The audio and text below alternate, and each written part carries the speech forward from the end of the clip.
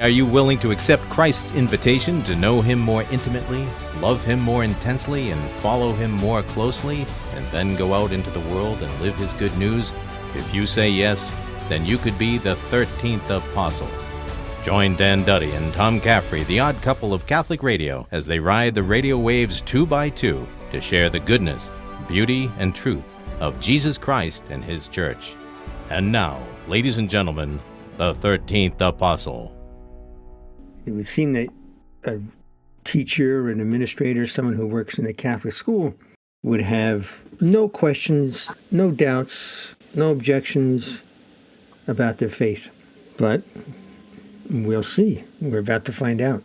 Welcome back, ladies and gentlemen, to another episode of the 13th Apostle, where we explore the good, beautiful, and true of the Catholic faith and the Catholic Church, as well as some really good humor. This is Tom Caffrey co-hosting the program with Dan Duddy, the indomitable Dan Duddy. That's not the abominable, the indomitable Dan Duddy. Danny boy, how you doing? Hey, good man. How are you? All right, I'm all warmed up. Yeah, me and too. I'm especially warm considering the song that we played prior to going on this episode. Yeah, you got me fired up. I know. But I don't think we should. I don't think we're going to mention that song on the air. It's not a X-rated song like that, but it's. Ladies and gentlemen, we have a special guest. We only have special guests, right, Danny? Or the ones that we know. Not as special as this guy, though. Not as special as. Okay, now you're finally going to get the hate mail instead of me. I think they're all equally special, but you think this one is extra special, so that's good to know. I've just written that down, and I'm taking a scan of it with my phone. Vinnie, as we know him, Vinnie, Soccodato, Vice Principal of St. Mary Academy, part of the St. Mary Parish in Barnegat, New Jersey. Welcome to the 13th Apostle, Vinnie. Thank you, Tom. Thank you, Dan. It's very nice to be here. Oh, wait. Great having you, Dan. Hey, Dan, he left out a word this time, didn't he? Now that he's on the air and he's all circumspect, he didn't use an adverb like he did just prior to going on the air. He didn't say, I'm glad to finally be on 13th Apostle. Yeah, finally. That's a little bit of a Freudian slip there. Mm-hmm. I feel frustrated. Yeah. I'm just happy to be here. All right. Well, your tone has changed. Your tone has definitely changed. That's true. Well, all of America's listening to me, right? Yeah, the world. Beyond America. Well beyond America. Yeah. People got satellites and whatnot. Come on, Vinny. We're the World Wide Web. So just keep that in mind. All right, even better. That's right. So just keep that in mind. I mean, I think you're whenever you speak, I mean, I can't say as profound as Dan, but I would say you're coming right up to his heels, maybe even further up. And I think that you would just be. It's getting deep in here. Okay. Oh my gosh! Welcome to my world, man. Welcome to my world. Just slither in. I'm getting a little glimpse of it, Dan. Yep. You see, I think I'm having fun all this time, right? I'm Danny's cross sometimes. But ladies and gentlemen, Vinnie is a good friend of ours. He's in my parish, the St. Mary Parish, but Dan's been involved with our parish for years, and then we're together in our men's program at the retreat house, the Sons of the Father, and also in our parish, the men's group, the too early men's group. That Man Is You, every Saturday morning, according to the school year calendar. We're going back. Vinnie, you're going back to school twice come September. Right? You got That Man Is You, and you're going back to your school. All right. Yep. That Man Is You starts up, and then regular school starts up 2 weeks from tomorrow. Okay. So I got to actually ask this of both of you, since both of you work in Catholic schools. Mm-hmm.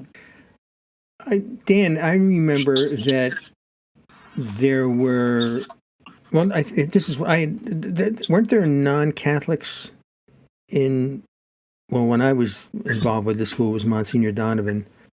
I thought there were non-Catholics there. Didn't they actually transfer players to get, students to get better football players, and some of them were not Catholic? Oh, sure. Quite a few. A huge number of them. And we were doing a lot of work with the Catholic Athletes for Christ. Ah, right. But and wonderfully so in our meetings. So many of those transfers in were very, very well formed, though, but in the Protestant church, many of them Baptists. But yeah, there was, and the school I'm in now, there are even far less Catholics in the football program than there were at Donovan Catholic at my previous school. Yeah. Wow, that's hungry kids, though. Hungry for the truth. But yeah, go ahead. Vinnie, do you know if that's the case at St. Mary? Well, yes, it is. Probably not to the extent that Dan has experienced it at the high school with the football players, but my school is a pre-K through 8th grade school, and we've had a couple of students that were non-Catholic. And that's nothing unusual. We don't turn them away, but as long as their parents understand that it is a Catholic school and we teach the Catholic faith, and we expect them to go along with all of that, including when we go to Mass every single month, they're expected to go with us. And I went to Catholic school my entire life from first grade all the way through college. And I remember when I was in school as a student, we had 2 or 3 non-Catholic students in my school. As a matter of fact, I remember very specifically when I was in high school, it was during the Iranian hostage crisis, when the Iranian government took our embassy people hostage. We had a Iranian student in our school because his family was afraid for his safety if he was in a public school. That's interesting, and we won't go too far down that road, but it's interesting that it was the Iranian Muslim? Oh, yeah. Okay. Yep. So a Muslim would feel, the parents of a Muslim student would feel safer in a Catholic school than in a public school. It's very interesting commentary there. Yep. How times have changed. Well, I just want to jump in. Yeah, go ahead. What's true about the Catholic schools, and I know Vinny's going to, he'll agree with this. Many of our students, whether they're Catholic or not, are in the Catholic school because it's considered to be a safe haven, Catholic schools, when compared to the public schools, at least in the eyes of many of our parents. Because, you have to pay tuition to get in there. You come from a different socioeconomic, upbringing, and, there's a feeling that there's that you have students who are more adept, more amenable to the discipline. There's just a great deal more discipline in the Catholic high schools. So we have safe haven for borderline students who would otherwise be perhaps bullied in the public schools as well, right, Vin? You're absolutely right, Dan. The parents, especially today, I hear it from parents who say, we just don't want our kids in the public schools anymore because of everything that's going on. All the the state mandates that are coming down. Right. what is being forced upon the public schools to teach. The whole bullying aspect of it, and a lot of parents are just fed up with it. So yeah, they definitely feel like even if they might not be Catholic, they might be Protestant. That's pretty close. They want their kids in a safe, nurturing environment where they're going to be taught not only academics, but, values and morals. Amen. Yeah. Well, they probably don't have to worry too much. Now, obviously, I'm being sarcastic with what I'm about to say. If, according to the surveys, that 70% of Catholics don't believe in the real presence of the Blessed Sacrament, they're even more closely aligned with the Protestants. So Protestants should feel, unfortunately, right at home. And that is Right. because of, obviously, because of how children are formed in the faith. You're either formed to believe in that. And to actually, Bishop Barron did a great explanation I think it was 2 weeks ago, about the real presence. And I encourage our listeners to go onto YouTube or maybe it's on his website, Word on Fire. But on the real presence, Bishop Barron was very good. Now, when they go to Mass, they don't receive communion, right? Protestants, The non-Catholics. We'll just say the non-Catholics. the non-Catholics. Well, I've been to a Baptist church. No. I mean, when you have a Mass. When you have Mass. In school. Oh, I'm sorry. Yes, that's correct. They wouldn't go to communion. They wouldn't go to, so it's interesting. We think about this. It's difficult to think about. It's difficult to talk about. Again, we're talking about you guys are there with the youth, and you're in there. You're helping them in their formation.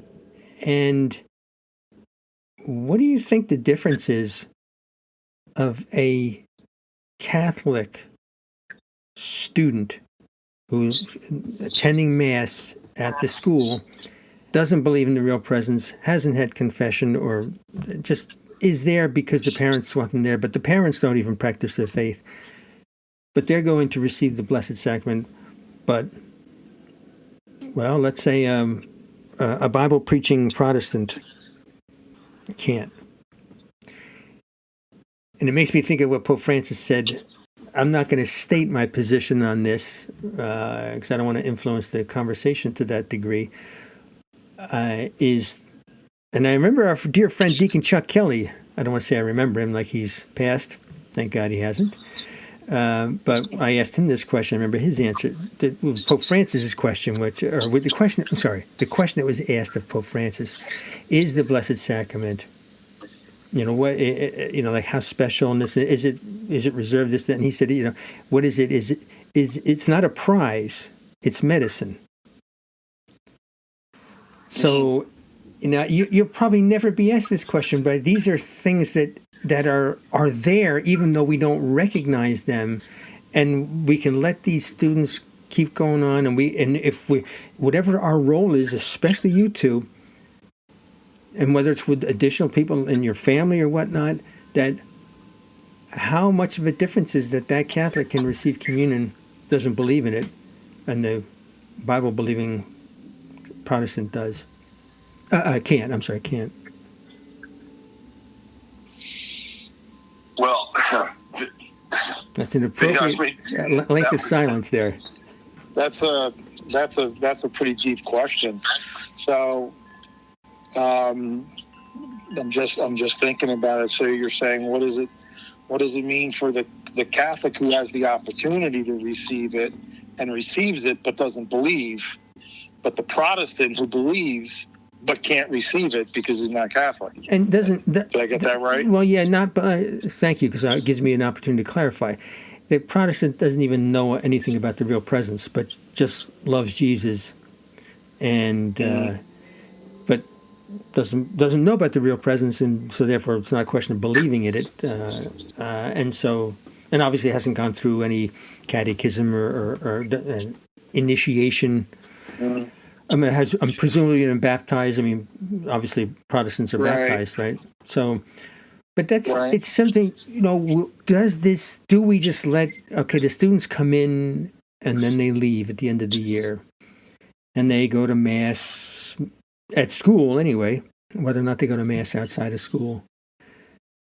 And I'm really asking about, what do you think God thinks of this situation? And let's say that the Protestant is praying to God and is upset that can't participate in that. And I know people who've been in that situation. I've read about many people who've been in that situation. But they're not a member of the club. So that's Yeah. that's directed to both of you. Well, it's really a very interesting question, Tom. I mean, I would say, first of all, regarding the Catholic, the Catholic who has the opportunity to participate in the Holy Eucharist and receive the real presence, but doesn't believe in that, is selling himself short. I kind of feel sorry for Catholics who are like that.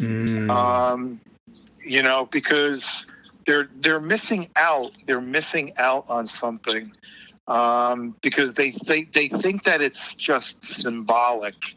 And I think I told you this story, Tom, that when I became a Eucharistic minister last year, I was nervous the first couple of times that I went up on the altar, and because I didn't want to make a mistake. But then after a while, I had the routine down and it was easy, but I found that I was still nervous. And it took a couple times for me to realize, why was I still nervous when I knew the routine? There was nothing to be nervous about anymore. And I realized because I looked down, at one point I looked down into the vessel and I saw all of the host. And I realized that I was holding the Lord in my hand and I was distributing him to all these individuals. And it kind of was a little overwhelming for me. And I mean this in a positive sense because it was a special feeling.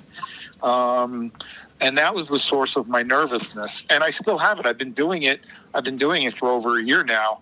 And every day, every Mass, when I do it, I still feel a little bit of that nervousness. But I feel like it's a good thing. To circle back to what you were saying. Let me just say, Danny, what did you think of what Vinnie just said in terms of that nervousness? It's almost like makes me think of that fear and trepidation. Yeah, it's that awesome fear. Yes. God, yeah, it's not true fear. It's the awesomeness. I too became a Eucharistic minister, and yes, it's just this awesomeness, this feeling of, oh my goodness, why is it me that is called to do this? Here's the thing too, we're getting deeply personal about the presence and the feeling of the presence. There's a progression in it, I believe, at least in myself. And when I say this, if we believe 10% in the presence, it is so worth it. All the hours in front of the Blessed Sacrament, all of the post-Eucharistic reflections, anything and everything that leads you to believing in the presence. Once again, if it's a 5%, 10%, 20%, oh my goodness, 100%, I can't even imagine it. I would pass out if I could believe 100%, but it's all worth it. And I didn't even know how much I believed in the presence, because I always wondered, sometimes I do, sometimes I don't, and the magnitude of it is always different. But when we had to hit our knees in my living room and watch it on TV during COVID, and it was communion being offered, I cried. I missed communion so badly at that moment. And I realized, my goodness, I do believe in the presence more than I ever thought. It was so revealing, so revealing. Yeah, I agree. I mean, I notice a difference in my life when I don't receive communion for whatever reason it is, because maybe I was sick and I missed Mass, or I didn't go because I wanted to get to confession before I went. I just don't feel right. I don't feel the same as I do the weeks that I do receive communion. And I like I said, I don't feel the same, and it's not a good feeling. I feel like something is missing. I've got to get back to communion as quickly as possible. Yeah, there's a hunger. You feel hungry. Yes. Yeah. What you two are so eloquently describing is so timely, because I started this new program, and one of the some of the writings we're doing is with Father Karl Rahner, Rahner, Karl, N-E-R, one of the greatest theologians that ever lived, German theologian, priest, extremely important presence in Vatican II. He was a brilliant man, and sometimes just with his writings, they're so dense. It's just for people like him. But he had or was graced with I would just say a gradual conversion where he got more and more into the heart, which is really what you two are describing. He got deeply into the mystical aspect of Catholicism, a big follower of Saint Teresa of Avila. And I've been reading some of that and meditating and praying on some of that, and it's so, because what you're talking about, it's clearly not just in the head. I mean, we have to understand it, and then we have to, with our will, we have to assent to it. But then, and this is what the whole mystical aspect of our faith is, the relationship, is the encounter. And Dan, I thought about you immediately when I was reading this one part. It jumped off the page to me, the word about. He wrote that if we just know, let's say, the catechism and we've been taught the rubrics of the faith, and we've been taught, like, intellectualize the sacraments, then we know about God. But what he's saying is, if you have a mystical, not that everybody can have this, that if what you're really having is you're having this encounter with God. Yes. And that's the relationship. It becomes personal. So now you know God instead of just knowing about him. Go. That's right. Yeah. Amen. Yeah. Now, Vinnie, I don't know how long it's going to take you to answer this question. We've got about 3 minutes left. I know it just goes like that. Why do you believe? You want me to answer that in 3 minutes? Well, you know what? I'll be honest with you, Tom. I think, it all starts with the foundation that is provided for you by your family.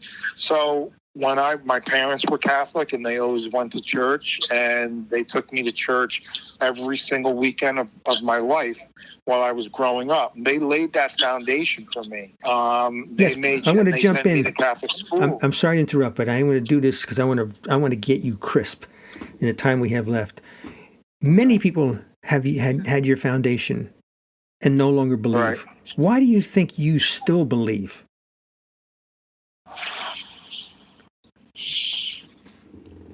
I trust in God, and I've developed a relationship with him, and I think that relationship started when he called me. I mean, didn't he say you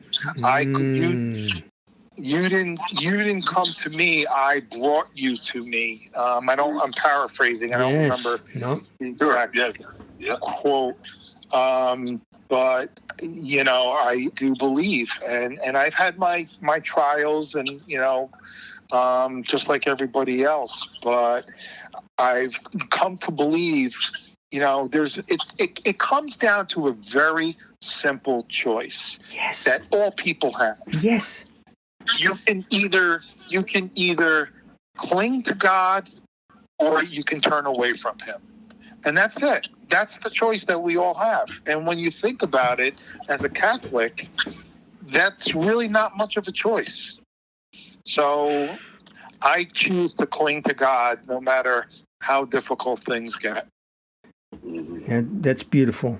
And Danny, it makes me think of, well, to both of you and everybody, makes me think of the pre-Cana, my pre-Cana experience that I fought. I didn't think the church needed to tell me how I could love my wife. I loved my wife.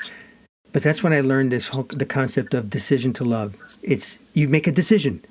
Even whether I feel it in my heart or feel romance or whatever it is, emotional, I make a decision to love. And I know you know what that is. And Vinnie, I think that's in this essence what Vinnie was describing with that choice, that this is the choice I'm making.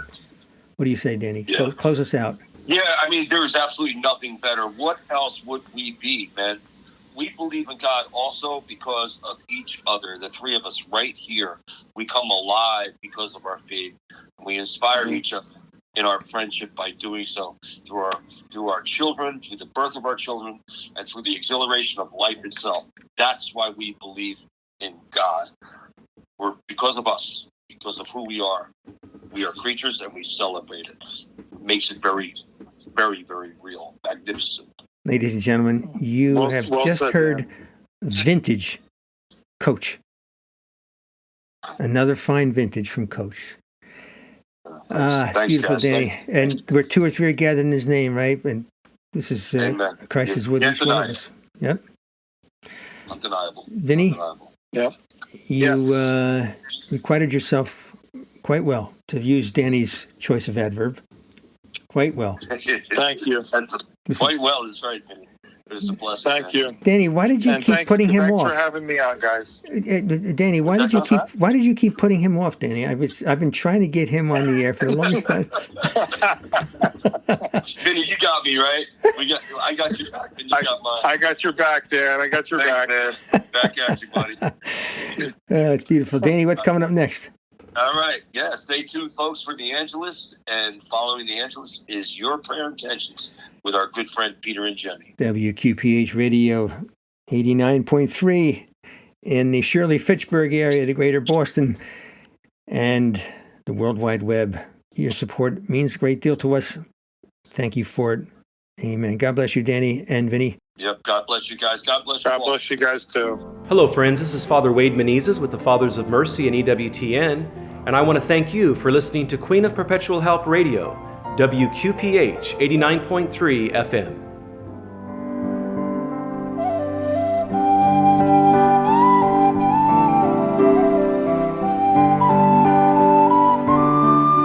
Hi, this is Andy Cooney, and you're listening to 89.3 FM WQPH Shirley-Fitchburg.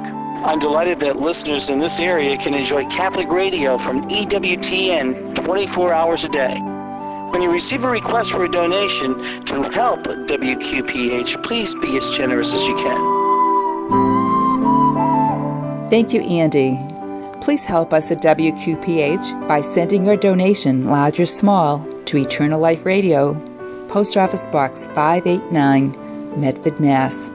02155, or visit us online at www.wqph.org. Thank you for listening.